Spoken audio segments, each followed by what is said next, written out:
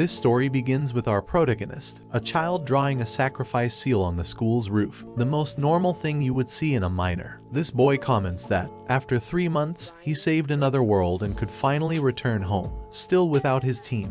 He couldn't turn back. Completely excited, he jumped and appeared at the top of a hill, amazed that he could make the journey. The boy looked at his hand and with some power, created a flame in the palm of his hand. We are told that 4 years ago, the protagonist was summoned to another world to defeat the Demon King, which he managed to do after 3 years. But at the end of the war, amidst a power struggle, he was forced to return to his real world. However, he was able to return again after 3 months, and with the power he gained as a hero, he used earth detection, something he had always wanted to do. We see some thieves traveling on horseback, encountering the protagonist. They were alarmed and confronted him, where each of them would be defeated. Just like in fantasy games, there are tribes of furries, elves, dwarves, and demons. He also managed to approach a girl and had a friendly chat with her, something that would be impossible in Japan. The protagonist had been dreaming of that life after fighting for 3 years, defeating the Demon King and thinking about his dream, which was one of the reasons they made him return to his world. But it would no longer be a problem for him. With his power as a hero, he was determined to make the dream come true, which was to have his own harem, a hero who, instead of using his powers to continue doing good, wants a group of naked girls.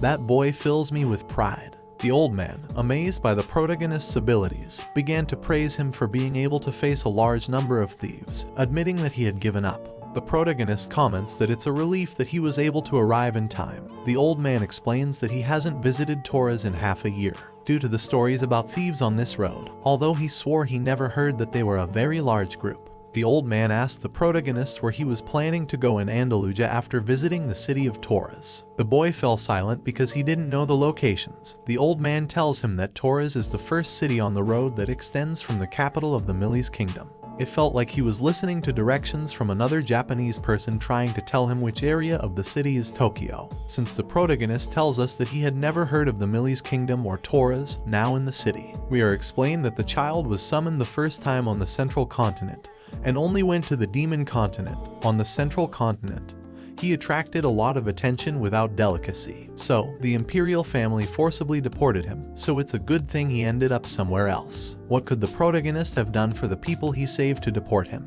The carriage arrives at the entrance of the Adventurers Guild. The old man comments that he has nothing to give as thanks, but he brought him to the guild as a gesture of gratitude. The protagonist enters the guild and is attended by the waifu of the place, named Etna Murfin, who was ready to add the protagonist to the registry. Here we learn the name of the child with the best dream in this work. His name is Haruto. The latter would make a flirtatious expression to ask Etna to call him Haruto. As the girl was doing the registration, Haruto imagined Etna lying him down on her legs and putting her breasts on his face, suggesting doing daring things.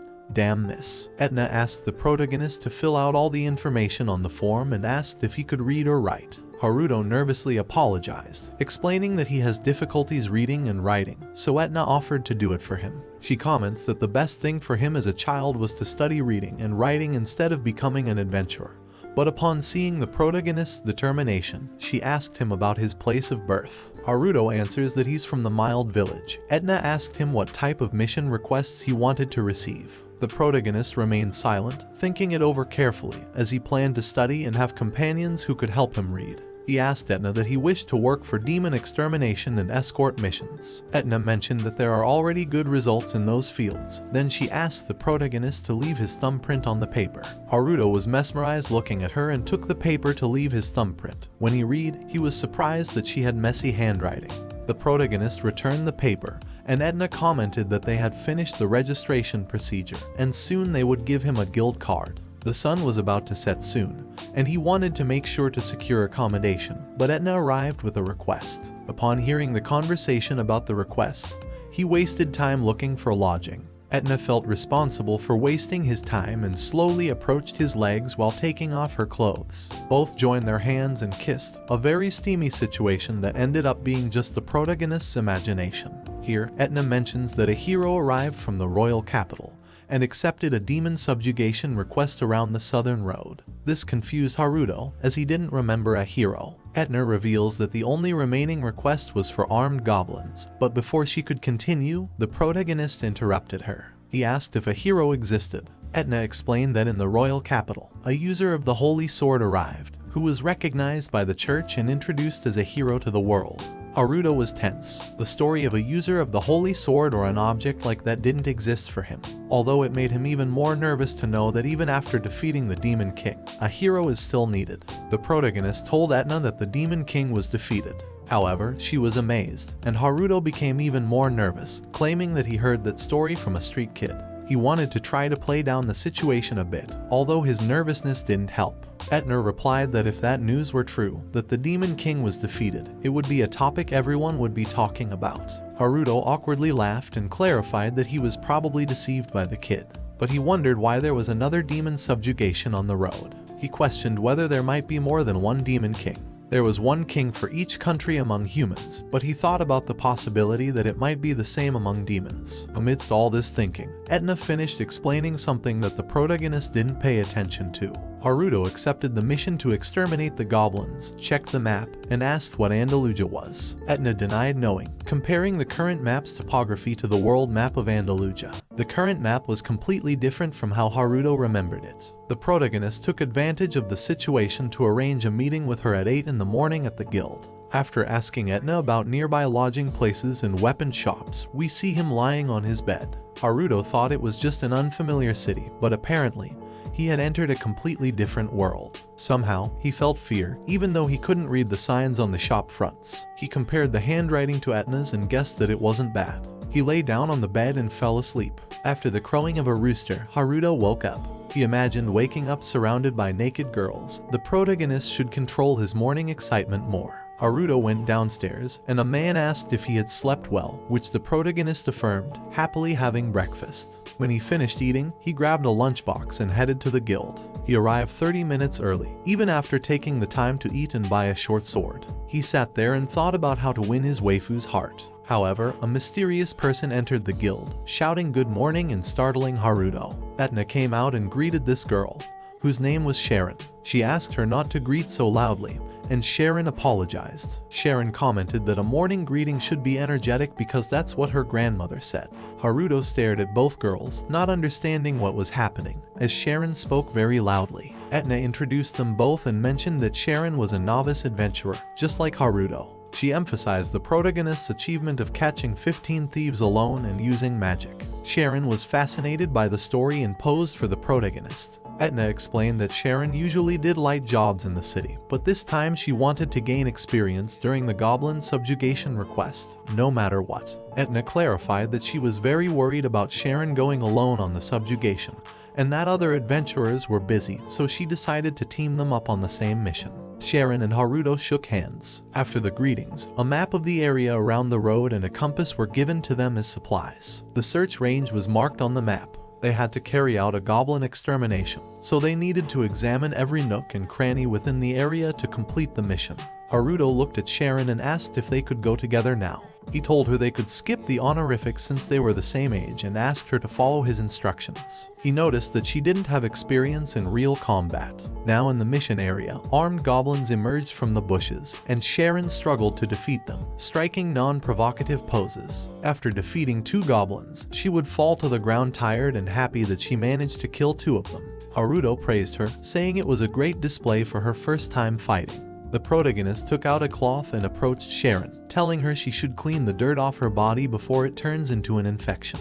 Haruto thought it would be a good idea to use healing magic, but he wasn't capable of using that type of spell. Seeing Sharon very tired, he suggested they take a short break so she could be ready for the next battle. She seized the opportunity to praise the protagonist's skills. He had given orders without hesitation when they entered the forest, and even after being surrounded by goblins, he gave useful instructions for survival. Haruto, wanting to show off in front of Sharon, commented that it's a matter of getting used to it. He assured her that if she took her time, she would be able to keep her composure in a fight, just like him. He affirmed that she had hidden talent. Sharon, embarrassed, couldn't believe what the protagonist was saying. However, he said it just to fulfill his strategy of winning her favor and conquering her. Haruto asked Sharon why she wanted to receive the goblin subjugation request and why she insisted on it with Etna. Sharon explained that it was thanks to the hero. She wanted to help the people and the hero, so she wanted to clear the path to defeat the Demon King. But she clarified that she also did it for herself because she wants to become someone who helps others, or at least that's what her grandmother used to say all the time. Haruto couldn't believe that this request had been influenced by a hero, nor did he see much relevance in helping the hero in that place. But to continue winning her favor, he didn't say anything.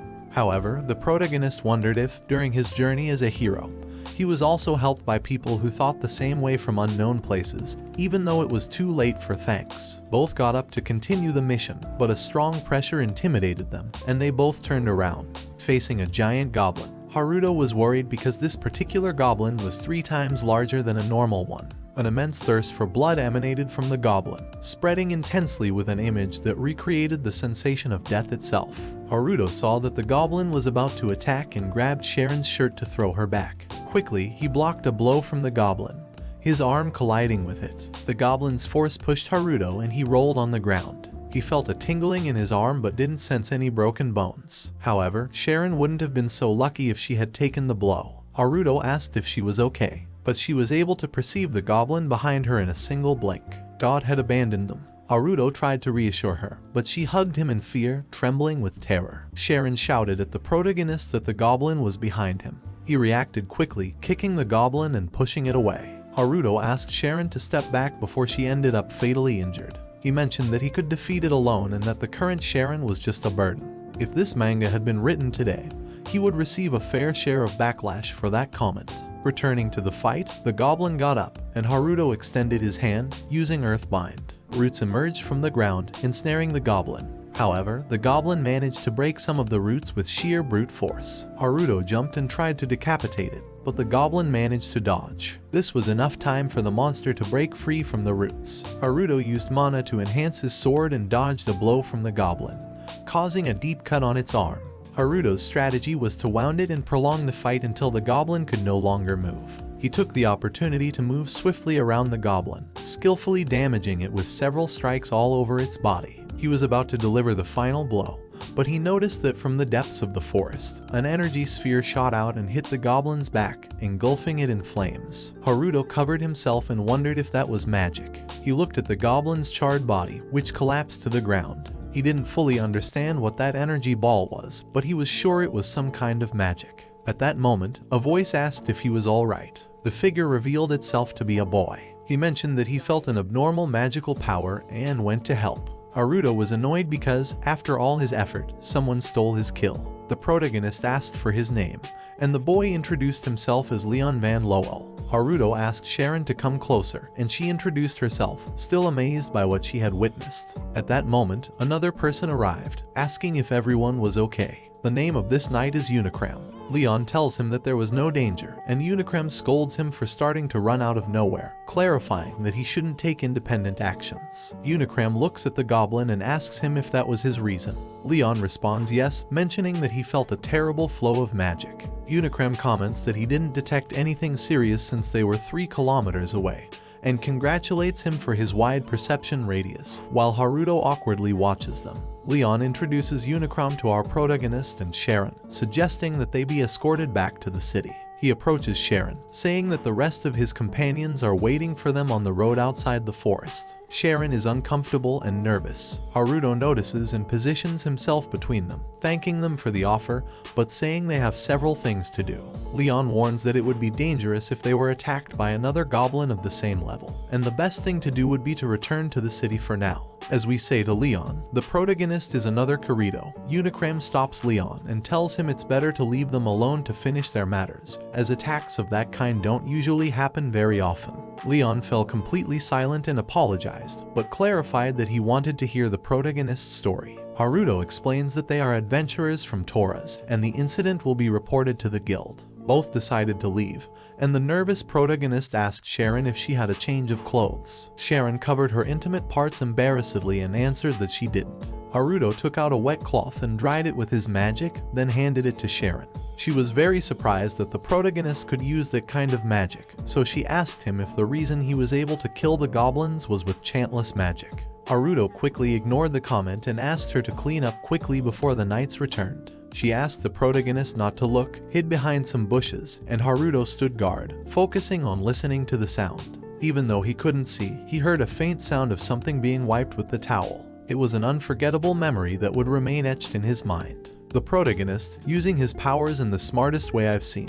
Back with both of them, Sharon came out of the bushes, apologizing for keeping him waiting and thanking him for his help. Haruto commented that it wasn't a problem for him since if she had been surrounded by those knights in that state, it would have been very uncomfortable to return to the city. Sharon shouted at him, saying she wasn't thanking him for that help but for the goblin matter, revealing how perverted Haruto was. "I don't think this guy is very bright." Haruto apologized, and an annoyed Sharon called him perverted Haruto. In the protagonist's thoughts, he felt stupid for confusing the urine incident with the goblin one. But he felt rewarded in a way because Sharon gave him a nickname.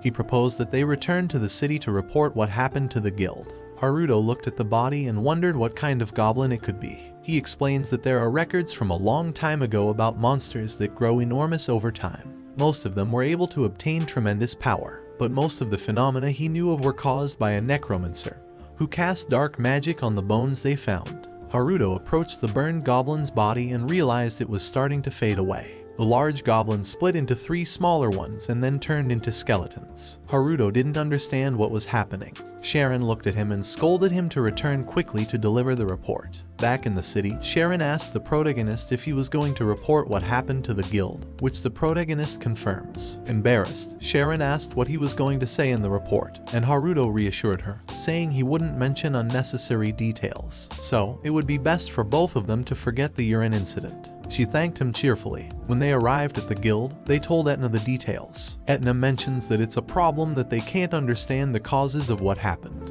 However, she'll send a group to examine and observe the place where the goblin emerged. She also reveals that even though the schedule is a bit advanced, the hero has appeared, so the demon subjugation request will be closed. Haruto was surprised and asked her about the identity of the hero, but Etna interrupts, saying that the hero will pass through the central avenue, so she wanted to see him. Etna invited the protagonist and Sharon to watch the hero together. Haruto was nervous because he had suspicions about who the hero might be, but he would remain silent during the entire visit not to confuse himself and embarrass himself in front of everyone. After all this hero business, we see Haruto and Sharon in a forest. They were in the middle of practicing body strengthening exercises. She was giving Haruto a few punches and kicks, but he managed to block them all. In one of those strikes, he would sidestep and trip Sharon to touch her buttocks. This annoyed her a bit, so she would take the training seriously. However, Haruto wouldn't let her and approached her to touch her breasts and thighs. Sharon would fall to the ground nervously. Haruto told her he didn't hit her at any moment for her to fall to the ground,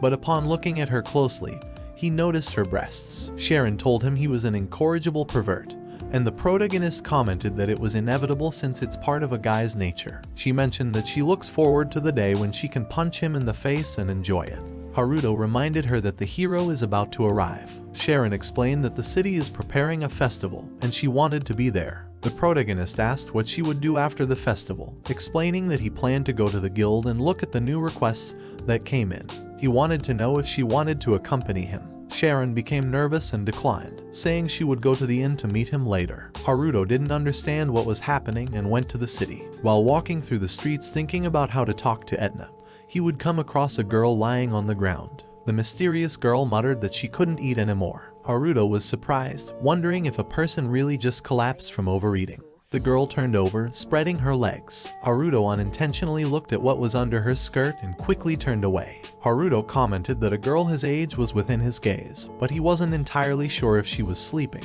as it was risky to look at her panties. The protagonist approached, tapping her head to wake her up and asking if she was okay. Even if she eats until she collapses, she should sleep at home. She opened her eyes and looked at the protagonist, asking who he was. This left Haruto shocked as he wasn't used to that kind of treatment. But what surprised him the most was her tone of voice, believing that she was the type of girl known as an old loli. She looked closely into Haruto's eyes. The protagonist commented that he was just passing through the alley and asked how she collapsed in the middle of the street. The girl seemed to recognize him but couldn't recall it. This left Haruto confused, and the girl thanked him for his concern.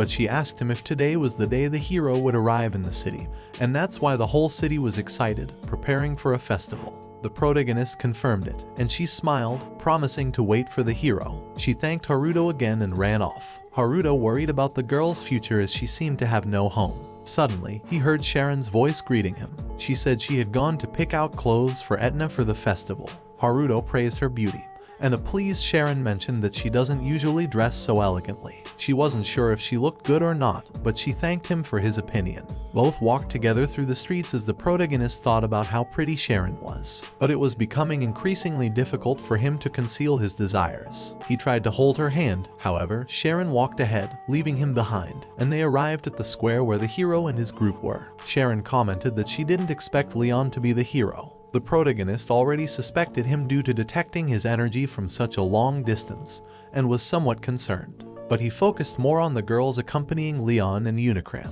When he was a hero, his battle companion was a 60-year-old man, while Leon's were two attractive girls. The gap between this world and his was too large. People cheered ecstatically for the hero and pushed the protagonist. Haruto took the opportunity to grab Sharon's hand, but a loud laughter interrupted the festival. It was the same girl the protagonist encountered in the alley. She levitated in front of everyone and introduced herself as Laurier von Steinhardt, a demon. Haruto didn't quite understand what was happening. Sharon asked him if something weird was going on with Laurier. Laurier felt disappointed that none of the town's inhabitants felt fear after she revealed she's a witch. Leon introduced himself as the hero and asked Laurier for her reasons for coming to the town. She said she came from far away to challenge him to a fight. Leon accepted her challenge but mentioned they couldn't fight in the town, so he suggested going to an open field on the outskirts. Laurier agreed. Sharon asked the protagonist if he planned to intervene, suggesting they go together. Haruto agreed and asked her to change her clothes and bring some weapons. We see Leon and Laurier gathered in a forest. Laurier asked if his companions were going to interfere in the fight, which he immediately denied, clarifying that he would fight as fairly as possible.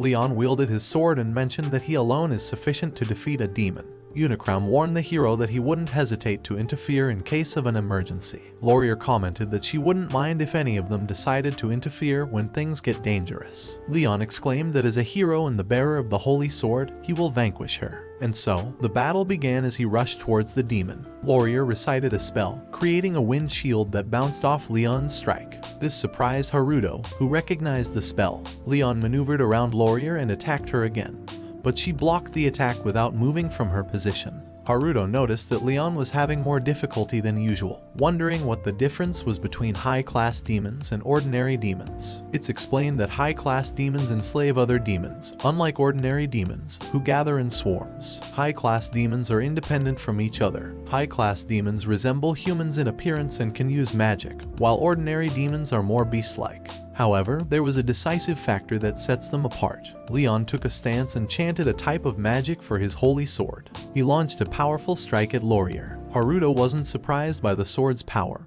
He expected that intensity. However, the demon was able to destroy the attack with a swipe of her hand. This surprised Leon. Haruto commented that the strength of a high-class demon is on a completely different level when compared to ordinary demons. Confidently, Laurier asked Leon if that was all his power, questioning if he had a stronger spell. A worried Sharon asked the protagonist what might happen now. Haruto answered that Leon appeared very powerless in front of Laurier. At that moment, Laurier asked if he truly was a hero who only uses his powers for the good of others. She smiled and threatened that if that were the case, she would kill each of his comrades. These words left the group frozen, and before they could react, Laurier attacked Unicram, hitting him in the abdomen, piercing through his armor. Unicram fell to the ground. This angered Leon, who attacked Laurier in a fit of rage. She admitted that she had become stronger after seeing her comrade fall, but she was just getting started. She turned to look at the two girls in Leon's group and shouted that she would start with them. Leon intervened, warning her not to harm Aura or Caroline.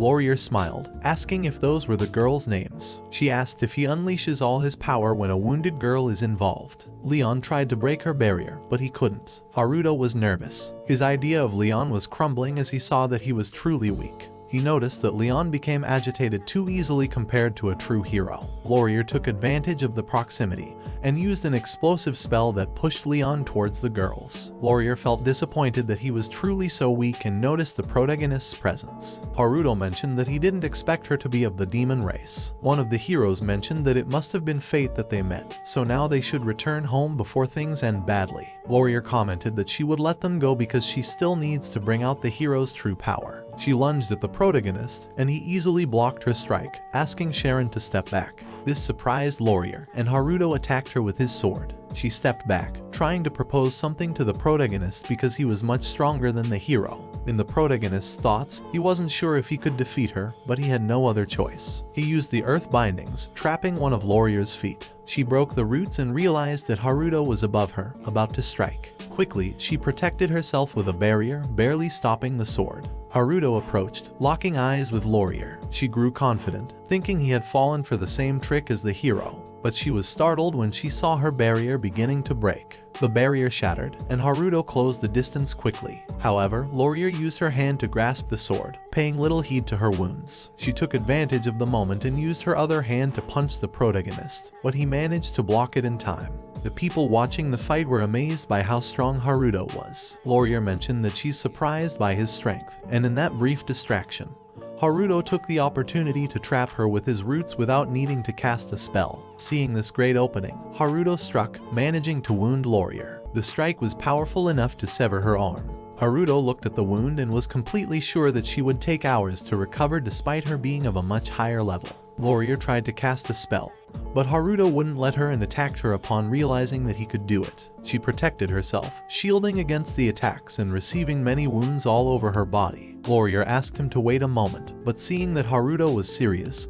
she decided to surrender. The protagonist asked her if she truly believed that surrendering would make him spare her life, to which she affirmed. She argued that her right arm was severed from the shoulder, and the other one was heavily wounded, scolding him for leaving a fragile girl like her in such a grave state. This annoyed Haruto, thinking that she was mocking him. Laurier approached him, praising him for being strong, revealing that she hadn't had this much fun in a fight in a long time. Haruto told her the same thing but clarified that it wasn't fun at all. This surprised Laurier, saying that he was a strange person for not finding enjoyment in a fight. She started laughing, mentioning that it felt great to lose to someone like that. Laurier explained that she had always been searching for someone stronger than her. Seeing how he was able to defeat her, she fell in love with him. She told him that from now on, they would be spouses. Haruto fell silent after hearing that. The next day, we see a scene of Laurier sleeping next to the protagonist, and she pushes him off the bed with a kick. Haruto got up annoyed since he hated that she slept so peacefully after knocking him off. He felt somewhat guilty deep down for leaving Laurier with a wounded arm and severing her other one. The protagonist approached and touched Laurier's breasts. He explained that after the fight, he was confused for a couple of hours when she said she was in love, but he let it slide after seeing that she was attractive, and besides, among his harem plans, he included the demon race, so he accepted her without hesitation. Of course, due to this decision, Leon and the other heroes disagreed with him living with her, but he managed to convince them. Moreover, there was the possibility that Leon, considered the strongest hero, couldn't do anything against her. Leon told the protagonist that if that was his decision, he couldn't do anything to stop him. In those flashbacks, Sharon was jealous and the protagonist noticed, so he approached her and asked if she was really jealous. Of course, Sharon denied it and hit him, which surprised and scared Laurier, as she didn't expect there would be a girl who could seriously injure the protagonist with a hit. Laurier praised her for her strength and challenged her to a fight, attempting to attack her. Haruto also tells us that, according to various rumors he heard, Laurier was still a young demon. She wasn't the kind of demon he thought she was, who would be hundreds of years old or have some fantastical age. Being of the demon race, she doesn't have parents. When she realized it, she was already in a sea of trees to the south. Apparently, since then, she had lived a life of fighting demons. And when she finally reached the city of Torres, she heard of the powerful being called a hero. In order to test her strength, she transferred some of her magic to a nearby demon. Seeing that Leon defeated the giant goblin so easily, she deluded herself. Back to the present, Haruto became angry upon learning that the giant goblin was Laurier's doing. Moreover, he couldn't shake off the idea that she seemed to recognize him from somewhere. But everything was over now. He was completely satisfied knowing the cause. If he taught Laurier common sense, it would be enough for her to adapt to society. Haruto stared at Laurier intensely and noticed her skirt. He pondered the situation for a moment and lifted it, arguing that he was doing it because she was in love with him. He tried to touch her, but at that moment, Laurier woke up, asking what he was trying to do. She caught the protagonist's hands with her legs, scolding him because he had told her he didn't get aroused by a person without arms. But now she caught him playing with her body while she was asleep. He was labeled a pervert, and Haruto apologized, but she let it slide, arguing that yesterday she decided to be his and gave him permission to play with her whenever and however he wanted. Those words surprised the protagonist. What a blessing. He wondered if he could really do it. He was aware that he had only traveled to another world in search of a harem, but he wouldn't refuse if he had a feast right in front of him. Haruto slowly approached Laurier, about to kiss her, but he would be interrupted by someone who forcefully opened the door. It was Sharon, scolding the protagonist for doing such things so early. She reminded him that it was time for training, and he needed to prepare quickly. Laurier looked at her and asked if there was something strange, as she seemed unusually excited about the training. This reaction seemed terrifyingly cute to the protagonist. Upon arriving at the training site, Haruto and his harem prepared to train their magical abilities, specifically enhancing their physical skills using magic. However, Sharon was completely unable to use magic, so the demonic waifu would help her by transferring some of her magic to Sharon as a form of assistance. On the other hand, Haruto had trouble concentrating since the perverted boy's thoughts drifted toward what any boy his age would think upon seeing two girls at a beach, fantasizing and getting lost in his thoughts, of course. Especially if one of them hinted that something was entering her. What a greedy girl. Returning to the training, Sharon used the magic given to her to greatly enhance her physical abilities, which was reflected in the combat movements she executed in the water later. With overflowing happiness, the girl emerged from the water to give her friend a thankful hug, attracting the gaze of her morbid instructor to her body in a blatant manner. Later, the girl challenged her teacher to a duel, making him somewhat nervous due to her friend's skills. However, under his own words, he would do what a man does, sexually harass the girl as was customary between them, a true womanizer. Not even 10 minutes passed when Haruto had his hands on Sharon's breasts, just like a true misogynist. This young man makes me proud. Upon doing this, Sharon would quickly fall, repeatedly saying that she had been improperly touched again, akin to a state of shock. The demon girl added that this had been a wonderful fight. She also added that Sharon could defeat Haruto someday if she set her mind to it. Haruto reacted with some regret evident on his face. As expected, this wasn't an idea he liked. The demon girl, Laurier, approached Haruto and asked him to do with her what they had done before. Sorry. It was about practicing magic without chanting or pronunciation. My mistake. According to Haruto, Laurier was a girl with exceptional magical abilities, but unable to omit the incantation when using magic. Haruto responded that they would do it another time. The former hero also asked about how the girl had transferred mana to her friend, as it was a kind of magic Haruto had never seen before. Laurier responded courteously and humorously, uttering 3 simple words that made everything clearer. I don't know. Okay, maybe not that clear. This response left Haruto somewhat confused and disappointed. The girls asked why they had specifically gone to train by the seaside, wondering if there was some kind of training that would utilize it. Haruto mentioned that it wasn't that, as there was only one thing they could do in this place. With a swift motion, Haruto would remove all of his clothing, leaving only his underwear while saying, "Let's go swimming." Blushing, Sharon would ask why Haruto had suddenly taken off his clothes, to which Laurier would respond that it was necessary to undress for swimming.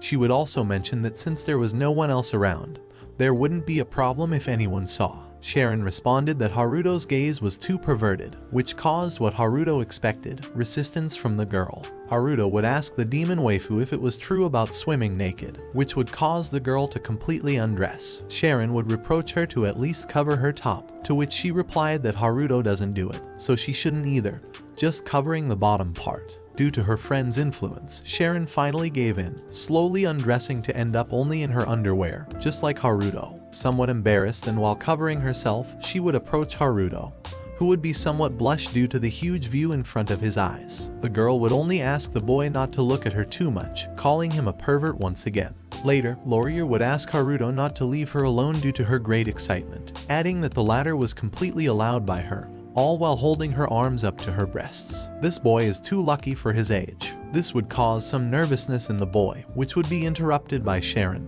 who quickly took Laurier's hand to take her away with her, asking her to play together. Lastly, she would add that it was best to leave Haruto to his perverted thoughts, all while making a face and stretching her eye. Haruto would ask not to be left alone, suggesting they all play together as originally planned. Sharon would mention that the pervert could play alone somewhere else, which Laurier would say was wrong. After all, Haruto was a man, and asking him not to get excited seeing them was impossible. Time would pass while Haruto and his forming harem enjoyed playing in the water. During this time, they would share some stories about Haruto's perversions, especially those that occurred during their bedtime. After getting tired, everyone apparently decided to take a nap, lying on the beach while both girls embraced Haruto, and the boy's happy face could be seen. I think more than one guy would be happy to be in his position, being embraced by two cute half-naked girls while sleeping. Is there anything better? After a while, they would return to the city and then to the guild, where Etna-san would be waiting for Haruto, something the boy didn't expect at all. Behind him, Sharon's face could be seen with a suspicious expression.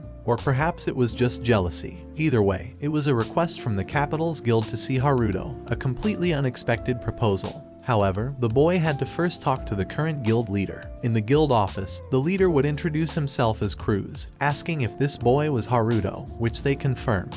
The leader would mention that he had heard rumors about Haruto and his abilities. Sharon and Laurier would also introduce themselves, appearing as quite active and peculiar girls in the eyes of the leader. The leader would notice something peculiar about the girl, then directly asking Haruto if that girl belonged to the same demon race that the hero had fought upon arriving in the city. Haruto would confirm it and ask if that caused any inconvenience. The leader would say that it was nothing of the sort, proceeding to take out a wrapped paper which apparently contained the request from the capital, a confirmation seemingly implied by the leader's words. The leader would mention the incident where the hero had failed to do anything against that demon race, with Haruto being the one who managed to stop the troublesome entity. The demon girl, Laurier, would mention that the hero had been quite disappointing, and this comment would earn her a gentle hit on the head from Haruto due to her lack of tact. To conclude, the leader would reveal that the request stated they wanted Haruto to become the hero's instructor, as the hero was currently training in the capital. Despite the girl's happiness for Haruto, he would recall how royalty had betrayed him in the past after defeating the Demon King in ancient Andalusia, and the reason for his expulsion was his unwillingness to belong to any faction. Haruto really had no intentions of getting close to royalty or nobles, but in this world, he wasn't known as the former hero. And above all, the most important thing about being in the palace was getting close to the maids. He also loved being called master. Sharon would ask to accompany Haruto, something he had planned to do from the start. Now the boy would be accompanied by his forming harem to the capital, and on the way to collect their things, Laurier would mention that on this journey, Haruto would do much more than just play with them, hinting that he would be rough with them at night. Haruto would say that aside from that, there was some truth to it. Since both of them belonged to him, he should make them his. Sharon, upon hearing this, would blush intensely, entering a state of nervousness and notable excitement that would cloud her mind, causing her to disconnect from reality for a moment. Haruto would have to approach and repeatedly make hand signals while calling her name to finally snap her out of her trance, asking if something was wrong. The girl would affirm that she was okay amidst extreme nervousness, and she would hurry away at full speed in an attempt to hide this. It worked, of course, not. Laurier would mention that Sharon seemed like a troll in heat, confirming the girl's state of excitement. Haruto had an internal conversation in which he wondered if he had been too harsh with Sharon too quickly, thinking there was a possibility she might not accompany him on the journey because of that. However, he quickly found solace, telling himself that everything was fine and that more things would happen rapidly. Later in the night, we would see Haruto shouting as if he were calling for help inside the room, using all his strength to make as much noise as possible. Subsequently, Laurier would enter the room, wondering why Haruto was breathing so heavily. The boy would say, "I did it," leaving the demon waifu somewhat confused. The context of the situation was that Haruto was creating a room in which the noise from inside couldn't be heard from the outside, using his magic, of course. Laurier would ask why Haruto was doing this, to which the boy would reply that it was quite obvious as he took off his coat. He planned to make her his. Laurier would approach the boy and with a mischievous smile, she would tell him that after playing day and night with her body, it was getting weird that Haruto hadn't tried anything so far, suspecting he was just pretending to be faithful to Sharon. Furthermore, she would add that apparently the boy was embarrassed that the sound had leaked. Haruto would seem somewhat embarrassed about it, Then the girl would lie down while asking Haruto the name of the magic he had used, all the while smiling mischievously again. Haruto would think of the name, which was written as Love Field, something he wouldn't tell the girl for obvious reasons, so he would change the name to Silence Field. Finally, with a bit of nervousness, the boy would approach to finally give the long-awaited kiss, when they were interrupted by the door of the room opening.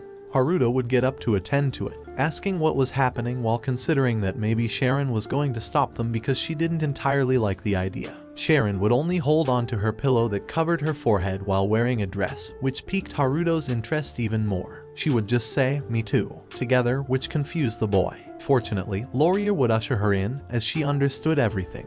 Both would mention that it was their respective first times. Initially, they would just snuggle around the boy, each taking one of his hands. Sharon was on the left, and Laurier was on the right from Haruto's perspective. Following this, Haruto would hold Sharon by the waist, looking at each other nervously for a few moments until they finally managed to kiss. It would be a long and passionate kiss. Later, Laurier would also ask for some attention, kissing Haruto as well. At first, it was just a few kisses, and we could see how both girls were sharing Haruto. While one was kissing him, the other would make him feel good with some kisses on the neck or cheek. Perhaps due to it being everyone's first time, the situation felt so natural and perhaps somewhat slow, Haruto thought.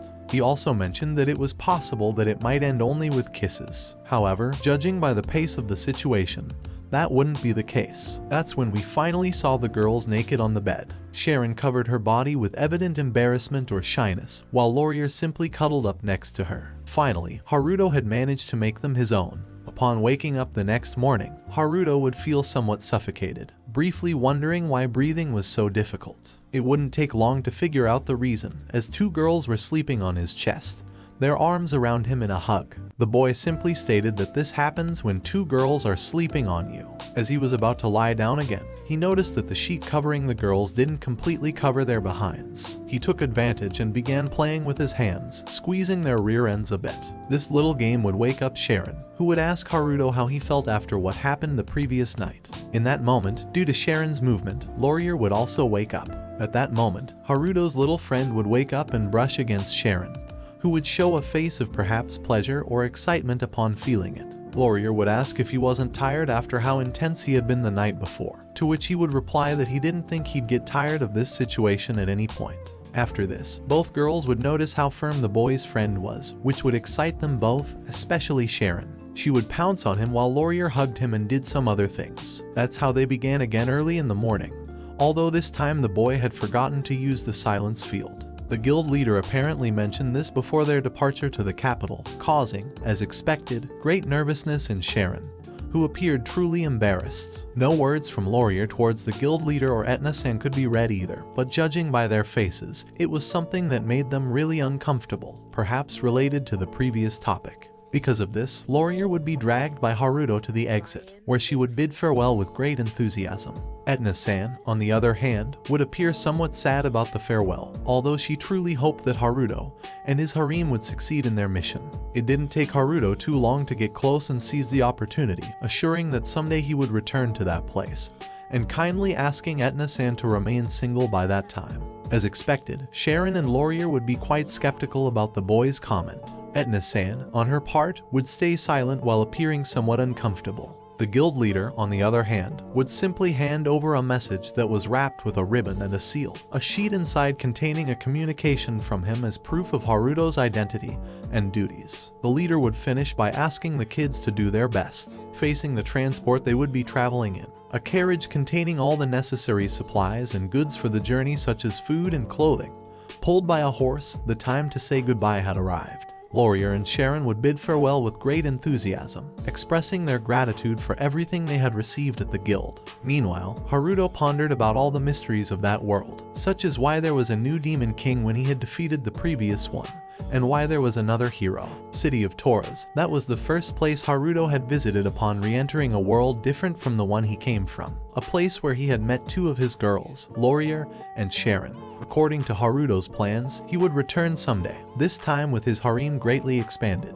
During his thoughts, Haruto would have a lascivious or desirous expression on his face, something Sharon would notice, moving away from Haruto with a look of annoyance. Perhaps she somehow knew what the boy was thinking. The girl would merely utter Haruto's name, but he, lost in his thoughts, would ignore her words, focusing only on the road and his desires. Finally, the boy would order the horses to speed up, shouting with fervor and excitement, to the capital. After a few days, they would finally arrive at the royal capital, Militia of the Milis Kingdom.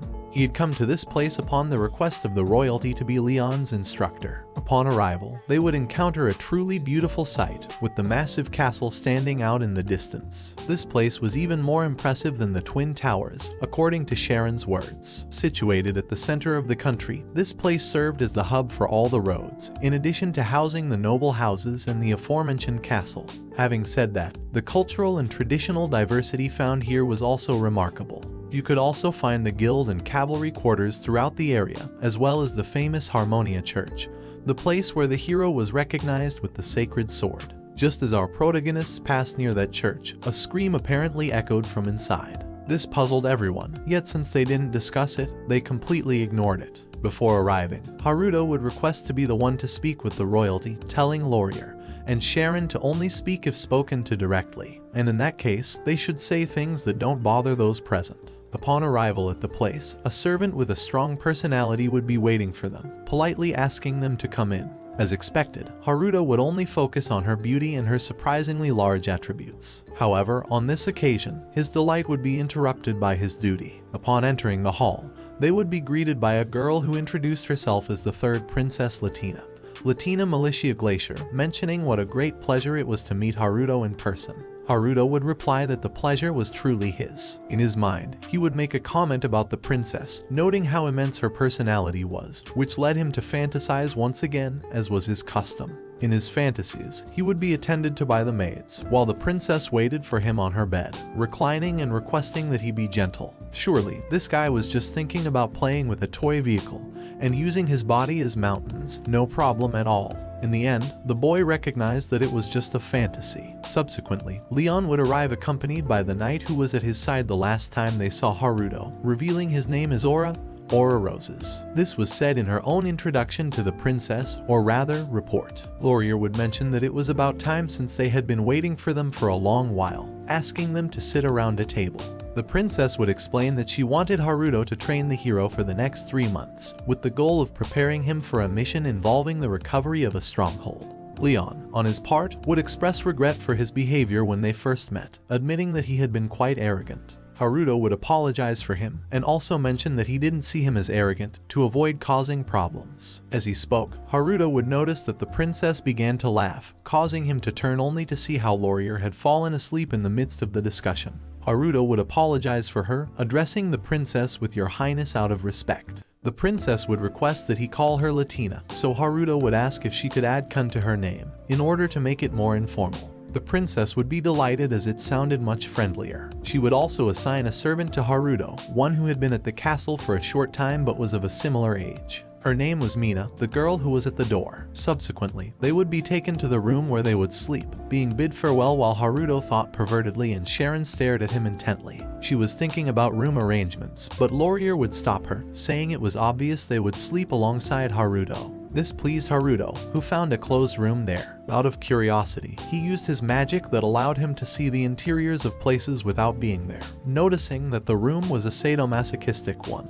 Haruto briefly said he wouldn't do that, but he loved the idea of tying up Laurier and Sharon, or making them wear a collar. We would then be left with the mental image of Haruto, one that truly delighted his little friend, nearly getting him caught. Anyway, throughout the day, the protagonists would enjoy the pleasures and luxuries that only royalty could offer, indulging in lavish banquets and even bathing together in hot springs. At the location, for obvious reasons, Sharon, Laurier, and Haruto would find themselves without clothes, making it a bit difficult for the boy to avoid seeing, even though covered, the qualities and attributes of the girls. It was then that unexpectedly Laurier would approach Haruto without prior notice, embracing him while mentioning that the last time they slept embraced it felt good, so she thought that this time it could be the same or better. This would be confirmed shortly after as they cuddled. Meanwhile, Sharon would become extremely jealous because of Laurier's approach to Haruto, so she thought of doing something to remedy the situation. almost without realizing it. From one moment to another, Haruto was once again surrounded by his two beautiful girls, Sharon pressing against Haruto from behind while Laurier breathed right on his neck in front of him.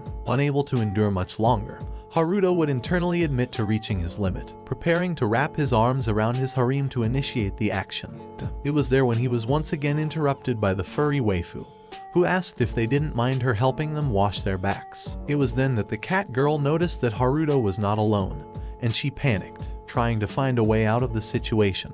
The girl seemed to have forgotten how to use words properly, so her intention to go to that place was quite noticeable. As for Sharon, she, as usual, appeared quite nervous, while Haruto had slightly blushed, and Laurier seemed displeased. Finally, due to her nervousness, the cat girl ended up leaving everyone somewhat confused. When Haruto left the bathroom, he encountered Mina, who repeatedly apologized, bowing her head. After finishing, Haruto explained the type of relationship he had with his girls, something that Mina understood. As being a quite skilled guy, having that kind of harem is normal. Haruto mentioned in his thoughts that they say great men have a strong attachment to pleasures, so surely the girl convinced herself based on that. But from Haruto's perspective, all men are like that. While he narrated his arguments, we could see how in the background, the boy was being pleased by two beautiful women, one of them being Sharon, the most passionate one who was on top of him, kissing him. Later on, the situation would change, and the boy would apply the tactic of leaving the drawer slightly open. They called it the Culian. It's not without reason, as he had repressed himself during the 2-day journey, so the hormonal impulses of a 16-year-old boy could not be contained. He would also add that more hospital beds are different, as they resembled trampolines. The next day, already at the training camp, Haruto would stroll through the area until he reached a group of guards or knights who questioned Haruto's true strength. Upon hearing this, Haruto would offer a demonstration, showing his willingness to exchange swords in a duel. Aura would mention that it was disrespectful to doubt Haruto in that manner, but everything had already been arranged. The hour of the encounter was approaching, and young Haruto was more than ready while the knights were excited. And so, they finally lunged at the boy, who patiently waited to secure his easy victory. As expected, Haruto defeated all the soldiers with great ease, highlighting how weak they were, especially in their fighting style, which was very direct and predictable. He then approached Leon and his companions, proposing that everyone fight in groups of 5 without using magic. This was to measure each person's power level and combat skills. The first to fight was Leon, who had a lot of difficulties facing Haruto. He couldn't even keep up with the pace properly. Due to this, Leon would admit his defeat and surrender, claiming that since he couldn't use magic, he didn't really have many chances of winning. Haruto would emphasize that he couldn't continue with such a narrow and linear mindset, stressing that he should always find an alternative or solution for different adverse situations. To teach him a lesson, Haruto would throw his sword to Leon, asking him to hold it. Following this, he would swiftly kick him directly in the stomach, deflating him like the belly of a pregnant woman after childbirth. Haruto would then explain that using magic isn't necessary in combat, as there are various effective ways to attack your opponent, whether through distractions or simply through speech. Even if you lose your weapon, you can pick it up again, he said, lifting his sword from the ground where it had been stuck after that powerful blow. With Leon as an example, Haruto would instruct the others to attack the opponent with all they had, needing to find any opening possible, or even create one to strike effectively. Everyone nodded in agreement with the boy's orders without any protest, which inflated the boy's ego. On the other hand, one of Hero Leon's followers would stay by his side to assist him, while also glaring at Haruto with some anger due to the humiliation he had caused to the hero. After a few days, Haruto would set out to investigate the Harmony Church, which was the largest and most influential church in the entire country. This church preached about peace beyond species and had the peculiarity of recognizing Leon as their legitimate hero. This church had a particular fixation on Haruto. Later on, the boy would use his magic to cast a search spell, allowing him to see everything inside the church. Thanks to the spell, the boy would be able to see some people inside, and he would also discover the location of a hidden basement, a place he might be interested in exploring. Unbeknownst to him, Haruto was being followed by a hooded spy, though the spy merely observed him from a distance. Back at the castle, Latina would request Haruto's presence, and he was informed and accompanied by Mina to that location. Mina quickly departed, and Haruto noticed that only he and the princess were present in that place. The princess, acting as the maiden, would reveal that she had something to ask or mention. In his usual perverted fashion, the boy would let his hormones take over, imagining the most sexually explicit outcome imaginable. However, the maiden would bring him back to reality, revealing that it was about Leon she wanted to talk. She would inquire specifically about Leon's progress. Haruto would truthfully respond, saying that Leon was a good kid who was gradually growing stronger. Unexpectedly, the princess made a truly shocking revelation. She knew about Haruto's recurrent visits to the Harmony Church. This left Haruto in a state of shock, his face showing such astonishment that his expressions became quite comical. This unveiled that the princess was the one who had ordered the spy to tail Haruto. The princess also revealed that she had investigated the boy's origins. The place mentioned had no records of anyone with his physical characteristics or abilities. The boy would enter a state of panic, as it was possible he could be accused of various crimes against the royalty for spreading falsehoods. However, the princess would reassure him that she had no issue with that. She had only summoned Haruto to ask him a favor, to investigate the relationship between Leon and the Harmony Church. Haruto would inquire if the issue had arisen due to the recognition of the sacred sword toward Leon as the rightful hero. The princess would respond that in that aspect, there was no problem. The root of the situation lay in the boy's origins, as they had no information about his life beyond his connection to the church and his appointment as a hero and bearer of the sacred sword. Haruto briefly wondered if it was possible that the boy had been summoned just like him, but it was unlikely since there was no indication that the boy came from Earth. Additionally, the princess would add that she was curious to uncover the true representation of the sword. It had never been mentioned, nor was it known to the royal family that the church held possession of it. The princess had even analyzed various sacred writings, none of which gave the slightest hint about the existence of a sacred sword, let alone one protected by the church. And to conclude, even though the sacred sword and the hero had remained hidden for a long time, they were easily handed over to the royalty of their own volition. Haruto would ask if there was no possibility that the church could fully trust the royalty for the hero's task and training. The girl would respond that that probably wouldn't be the case, as even though the relationship between the church and the royalty was good, it would be very strange for them to trust her with such important tasks. You're probably wondering what Haruto was doing during the princess's dialogue. Well, he was definitely ogling her breasts, especially when she got close enough for them to almost be in his face. To get himself out of trouble, the boy would ask how she was able to trust an adventurer of unknown origin to perform such an important and classified task within the crown, causing her to back off. The princess would say that even though she didn't fully trust adventurer Haruto, she believed she was willing to change her mindset and try to trust him. Here she would reveal a somewhat personal aspect of herself, stating that she could see what people were thinking. This was due to a curse the princess had suffered. While what she could see was vague, it was enough to allow her to trust a stranger like Haruto. Upon hearing this, Haruto would be somewhat relieved. He had noticed how the princess repeatedly approached him and stared at him continuously. Now he knew she just wanted to read his thoughts and make sure she could trust him. Finally, the princess would adopt a slightly happier and livelier stance, as she naturally was, and she would ask Haruto what he had discovered or investigated about the church. In short, she requested all his information. Although Haruto had his doubts about sharing it, not out of distrust but due to the confidential nature of the matter, he would agree to tell the details of his search and investigation, including the revelation about the three-story basement. Upon hearing such an interesting and potentially important detail, the princess would ask Haruto to include this in his search and investigation request, and then ask for his opinion. However, before he could respond, the princess would remember that she hadn't mentioned the reward to Haruto so far, causing him to become incredibly nervous and tightly clasp his hands. He wondered what the reward could be, and it also seemed a bit strange that he hadn't remembered the reward at any point. The princess would then subtly gesture toward herself and reveal to Haruto that the true reward was nothing less than her. The boy was left speechless and wondered in his mind if he had correctly heard the princess's words. The princess would take control of the conversation again, admitting that her proposal might sound a bit strange, but she held a great appreciation for Haruto, even though it wasn't so obvious. This was due to his demonstrated worth and impressive abilities, as well as training Leon.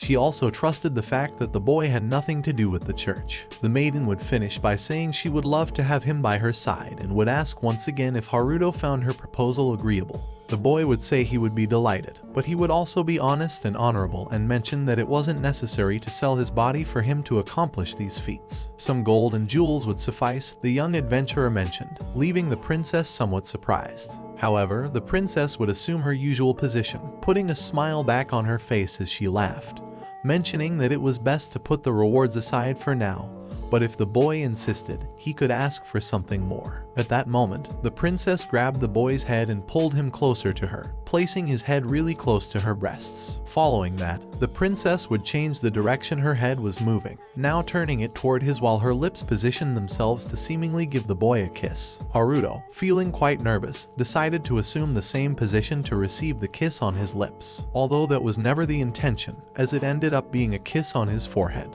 The princess would mention that this was just a step forward, so if he was interested in talking to her another day, he should contact Mina to arrange it. Before leaving, she would remind him that she didn't make this kind of offer to just anyone, arching her back while glancing at the boy sideways, perhaps with a touch of desire. After that experience, Sharon entered the room where Haruto had been talking to the princess moments ago, appearing annoyed by the sudden disappearance of the boy. Sharon would ask if Haruto had been flirting and looking for cute girls. He wasn't actually doing that, but he didn't say a word, so Sharon assumed he had.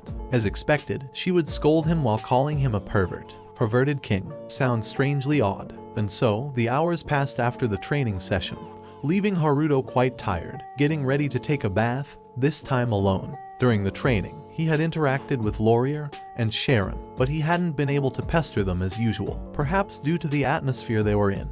Furthermore, the previous night, they had spent it with Aura. It seemed they had become good friends in the blink of an eye. And while one might think the boy wouldn't feel comfortable being alone, he actually enjoyed being able to bathe alone from time to time. At this point, the boy would have various thoughts, some related to the princess's constant visits to the training sessions, along with the compliments he received from her on every occasion. Maybe she just wanted to seduce him. Leon also didn't seem to have any memories of his life before being named a hero, so Haruto thought maybe it was amnesia caused by the summoning. Finally, Leon had asked to borrow his sacred sword, and while he held it, he sensed the immense magical power it contained within.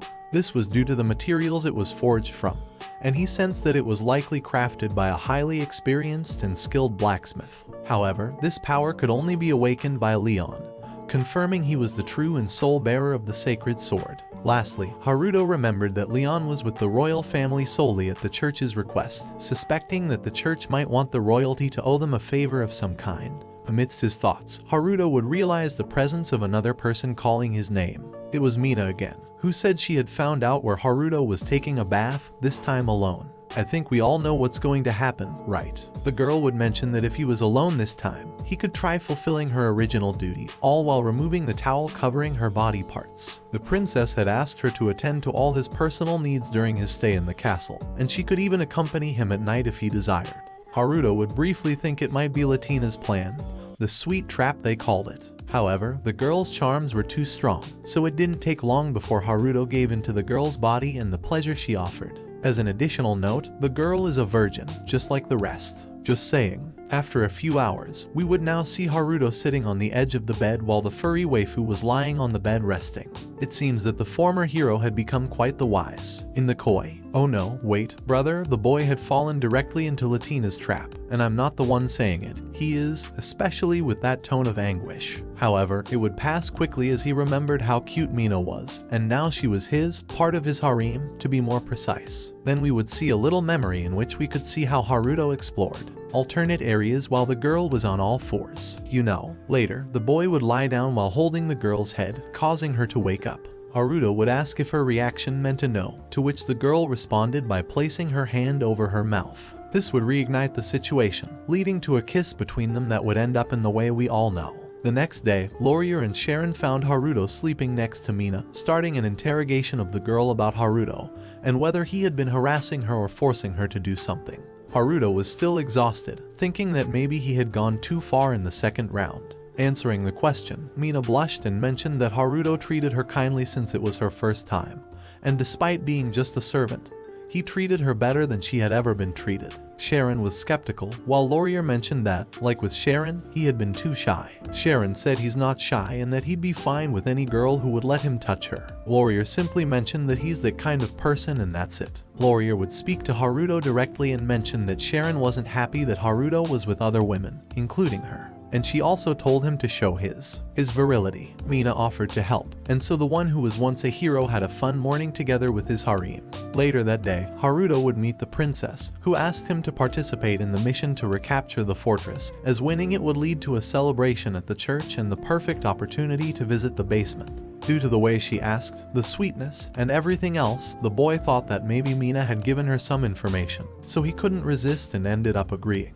Thanks to that, the princess hugged him, and their chests ended up colliding, causing an excitement in him that led him to touch the princess too much. She didn't seem upset. She asked if he was ready to receive his reward, and the boy nodded, saying he wanted to take Mina with him. Mina had lost her parents 4 years ago, was captured, and later bought by the royal palace. She had the best fate, as she could have ended up with some stranger or pervert. A worse one. To clarify, Mina was happy to receive the news from Haruto about being able to travel with him, so everything seemed to be going smoothly. However, the princess declined, offering that Mina would come with her if he agreed to be her partner, which confused our protagonist. Well, why not? She just wants to get laid, the horny lady. The princess confesses that she would be forced to marry soon. Haruto was confused by this revelation, but he would understand what the conversation was about. The princess mentions that she's about to turn 15, and when that happens, as the third princess, she'll have to marry a high noble. At first, she agreed with that, even if her inheritance rights would be low. After all, she would still be a princess. But then, she realized that at the hero's welcome party, the one who wanted to marry her was a guy with a toad-like face. These words surprised the protagonist, as he didn't expect Latina to use that kind of language. He didn't expect that from her. Latina clarifies that it couldn't happen, and she was willing to do everything possible to prevent it. Haruto tells her that he understands her situation, but even so, if he were to accept her proposal, he could become an enemy of the country. Latina tells him that she's aware of that situation, but clarifies that, for that reason, she asked her father to let her take charge of investigating Hero Leon and the church. Haruto was confused by these words. Latina explains that, in other words, she can decide the reward for the investigation on her own. The protagonist asked her if that wasn't too exaggerated. If she could decide the reward like that, she shouldn't also be able to break off the engagement. She clarifies that she can't break off the engagement on her own, but if he does it, being someone stronger than the hero, then her father will give up. Haruto wondered if he would be able to get the king's and the princess's support, and he questioned whether that would be a good or bad thing. However, his thoughts would be interrupted when Latina confesses that she's confused about her feelings towards him, as she doesn't know if she loves him. But she wasn't lying when she said that he's a great person. These words left the protagonist stunned, but he didn't hesitate to take advantage of the situation. He comments that he will accept the princess and Mina. These words made Latina happy, and she approached the protagonist. Deep down, Haruto had doubts about everything that was happening, but when he saw that bright smile of the princess, he didn't care about anything else. Both of them approached and shared a kiss as a gesture to enjoy their advance. While this is happening, we see a scene of Leon and his group. Unicram was looking at a map and mentioned that there are demons in the southern forest, but their objective is unknown. They took the Caliber Fortress as their base and mentioned that demons are rarely sent to the royal capital. The protagonist and Sharon were also present at that meeting. Unicram mentioned that since it's close to the capital, the fortress is now vital for transportation to the south. He explained that they sent a subjugation unit to try to recover the fortress initially. However, to their misfortune, the leader of the demons occupying the fortress is a higher demon race. So, the subjugation unit was completely annihilated before they could do anything. Haruto asked Laurier if she's actually the demon living in the southern forest, but she was asleep, so he woke her up and asked her about the topic again. Laurier denied everything. This annoyed Haruto since she wasn't cooperating with any questions, so he wouldn't ask her any more questions from now on. Leon asked the protagonist not to worry, as the two of them would be able to defeat the demon. Seeing Leon's expression, personality, and gesture, Haruto found him handsome. The protagonist thought about the idea of training Leon so that he could go to the fortress and come back safely. Unicram asked our protagonist to go ahead and create a distraction in front of the fortress due to his role when he fought Laurier. This made Haruto nervous, and he asked if he really had to do it alone, which Unicram confirmed. Later, we see the protagonist regretful, as the entire strategy was a message from Princess Latina, and she clarified that it was all at Haruto's request when it really wasn't. A few days later, the day of the date with Sharon began, and the protagonist went to find her. He was going to take the day as a true gentleman. They both sat by a river in the forest, and he realized that he no longer did indecent things, and maybe it was because he did it with all of them every night. Both of them held hands happily. Even in this situation, he felt satisfied holding Sharon's hand. She was always an energetic girl, and he liked that. He mentioned that he heard that Sharon used to stand up to bullies in her village and beat them up. She always showed that kind of talent even before they knew each other. Her grandmother always told her to be honest and energetic, and she grew up exactly as her grandmother asked her to. Earlier this year, her grandmother peacefully passed away, and she saw a great opportunity and took it, leaving her village and exploring the world as an adventurer. Nervously, Sharon tells Haruto that if she hadn't met him, she would probably be living in the darkness of the city of Torres. These words softened the protagonist's heart, who deep down wanted to hug her, but he had to be patient. Sharon asked Haruto why he was so strong and what kind of people his parents were. The protagonist sweated a little at the question and answered that he was abandoned since he doesn't know his parents. This response surprised Sharon, and she apologized to him, thinking she touched on a sensitive topic. Haruto reassured her by explaining that he was raised in an orphanage. The elderly women who worked there were kind to him, and he always got along well with the other children there. And he clarified that she really shouldn't worry.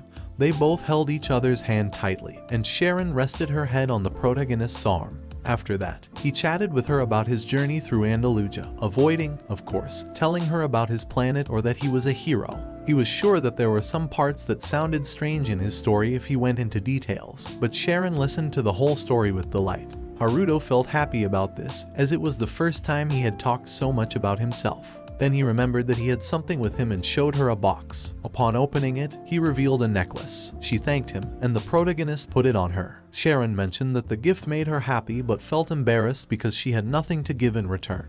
Haruto thought of something since he assumed she would bring a gift, so to compensate, he would give her a kiss. She followed his lead in the kiss, and they parted. Haruto mentioned that if she wanted to give him a gift in return, there was something she could do for him. The protagonist took her hand and led her deep into the forest. He couldn't hold back anymore, so they engaged in an intimate act outdoors, setting aside his idea of being a gentleman on their date. And that's how the first part of this manhwa ends. If you have reached this part of the video, let me tell you that you have been one of the few people to make it here. So comment the word hero in the comments. Remember to subscribe to not miss any videos. With that said, see you in the next video.